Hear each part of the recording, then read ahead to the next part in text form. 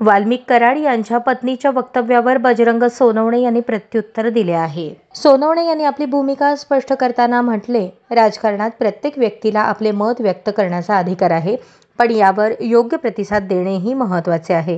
त्यांनी कराड यांच्या पत्नीच्या वक्तव्यावर टीका केली आणि राजकारणाच्या गहिऱ्या पैलूंवर आपले मत मांडले।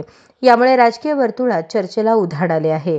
कराड आणि सोनवणे यांच्यातील या वादामुळे आगामी राजकीय समीकरणांवर कसा प्रभाव पडतो याकडे सगळ्यांचे लक्ष लागले आहे। त्यांना जर मी समजा धमकी दिलीच होती तर कधी दिली, कुठे दिली, केव्हा दिली, त्यावेळेसपासून आतापर्यंत का नाही, लोकसभेच्या निवडणुकीत दिली असं बोलण्याचा अर्थ होता त्यांचा। जे हे खंडणीच्या आरोपामध्ये अडकले जाते, जे गुंडा राज करते, जे आमच्या सर्व लोकांना टॉर्चर करू मारायचा आदेश देते, ते कट रचते, ते दाबदडप करते, अशा गुंडांना मारायची धमकी जर बजरंग सोनवणे देत असेल तर त्याच वेळेस त्यांनी ते डिक्लेअर करायला पाहिजे होतं।